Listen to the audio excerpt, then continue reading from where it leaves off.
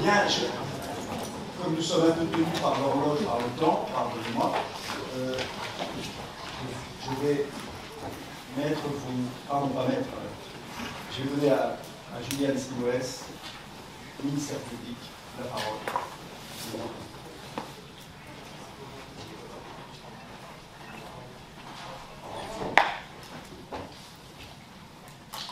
Dans toutes ces formes d'expression, l'homme faudra toujours trouver un coupable. C'est pas moi, c'est les autres. C'est lui, c'est pas moi. C'est pas pour moi, c'est pour un pote. Le meilleur des mondes n'est pas une fiction, et le premier pas est d'abord la compréhension. Monsieur le Président, Madame, Messieurs du tribunal, aspirer à une société qui grandit. Voilà la raison de notre présence. Aspirer à protéger les droits de nos enfants.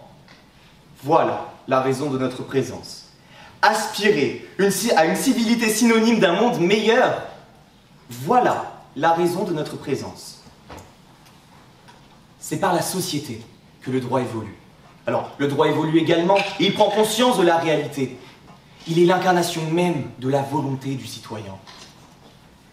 Et si ce dernier vient à ne pas respecter notre société, alors le droit prend le relais.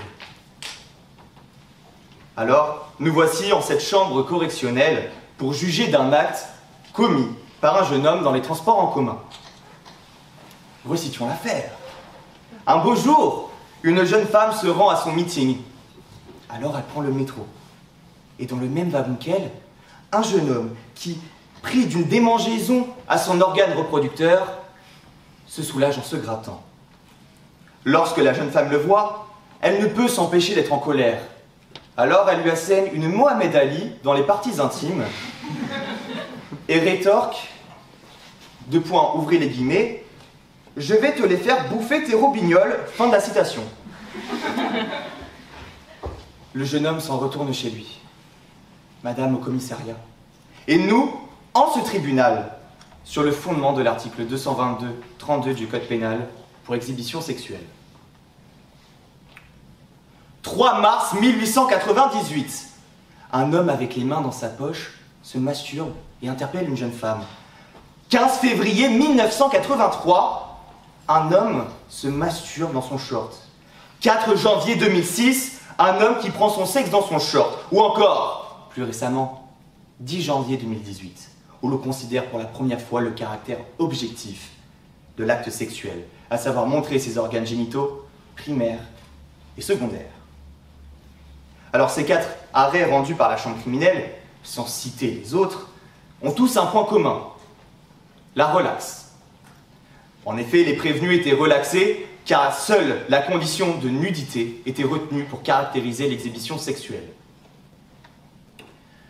C'est pour cela que le législateur, dans sa loi nouvelle du 23 avril 2021, vient préciser l'acte sexuel pour l'exhibition sexuelle. Cette modification législative permet aujourd'hui de condamner ce qui hier encore n'était pas possible. Le Parlement a entendu le citoyen et nous allons pouvoir enfin, maintenant, ensemble, Monsieur le Président, Madame, Messieurs du tribunal, protéger notre société, protéger nos enfants et tous. Grâce à cet article, nous pouvons faire preuve de bon sens, nous pouvons prendre en compte les atteintes sexuelles, car le législateur a pris en compte la jurisprudence antérieure. Mais reprenons le texte, voulez-vous bien. L'exhibition sexuelle, c'est l'exposition imposée à la vue d'autrui dans un lieu public d'une partie dénudée du corps au sens de l'article 222-32 du Code pénal. La loi du 23 avril 2021, donc, vient poser cet alinéa 2 qui dispose que la commission explicite, réelle ou dissimulée d'un acte sexuel dans un lieu public est un délit et est puni d'1 an d'emprisonnement et de 15 000 € d'amende. Le voilà, l'élément légal. Pour ce qui est de l'élément matériel, eh bien, celui-ci suggère un acte de nature sexuelle. La masturbation, la nudité, des gestes obscènes. Imposer à la vue de tous une vue imprenable sur ses organes génitaux, sans aucun consentement. Il faut également une condition de publicité. En effet, pour être caractérisée, l'exhibition sexuelle doit avoir été pratiquée à la vue de tous. Ce jeune homme est dans le métro et se gratte d'une manière effrénée, un geste impudique que beaucoup pourraient assimiler à une masturbation. Seulement, la sensation des démangeaison, bien, c'est un acte naturel. Tout le monde se gratte une partie du corps. Et si ça te gênait trop, mais qu'il met du talc! Alors, on peut trouver ça dégoûtant, pas propre du tout. Mais il n'y a rien de sexuel. Le prévenu ne s'est pas masturbé, on n'a pas commis de gestes obscènes. Et pour l'élément moral, il suffit que l'auteur de l'exhibition sexuelle sache qu'un témoin peut le voir. L'acte sexuel doit avoir été imposé à la vue de tous. En l'espèce, il paraît évident qu'un jeune homme qui se libère de ses démangeaisons n'a pas une volonté de déroger à l'ordre public. Monsieur le Président, Madame, Messieurs du tribunal, que faisons-nous ici? Pourquoi sommes-nous ici? Quelle est la raison de notre présence? Eh bien, avoir engagé ces poursuites ont permis d'éclairer le but même de ce qu'est la justice. Le ministère public n'est pas le grand méchant loup. Le ministère public doit défendre les intérêts des sociétés. Il doit défendre en droit. À ne pas oublier que le droit, c'est avant tout l'art du bon et de l'équitable.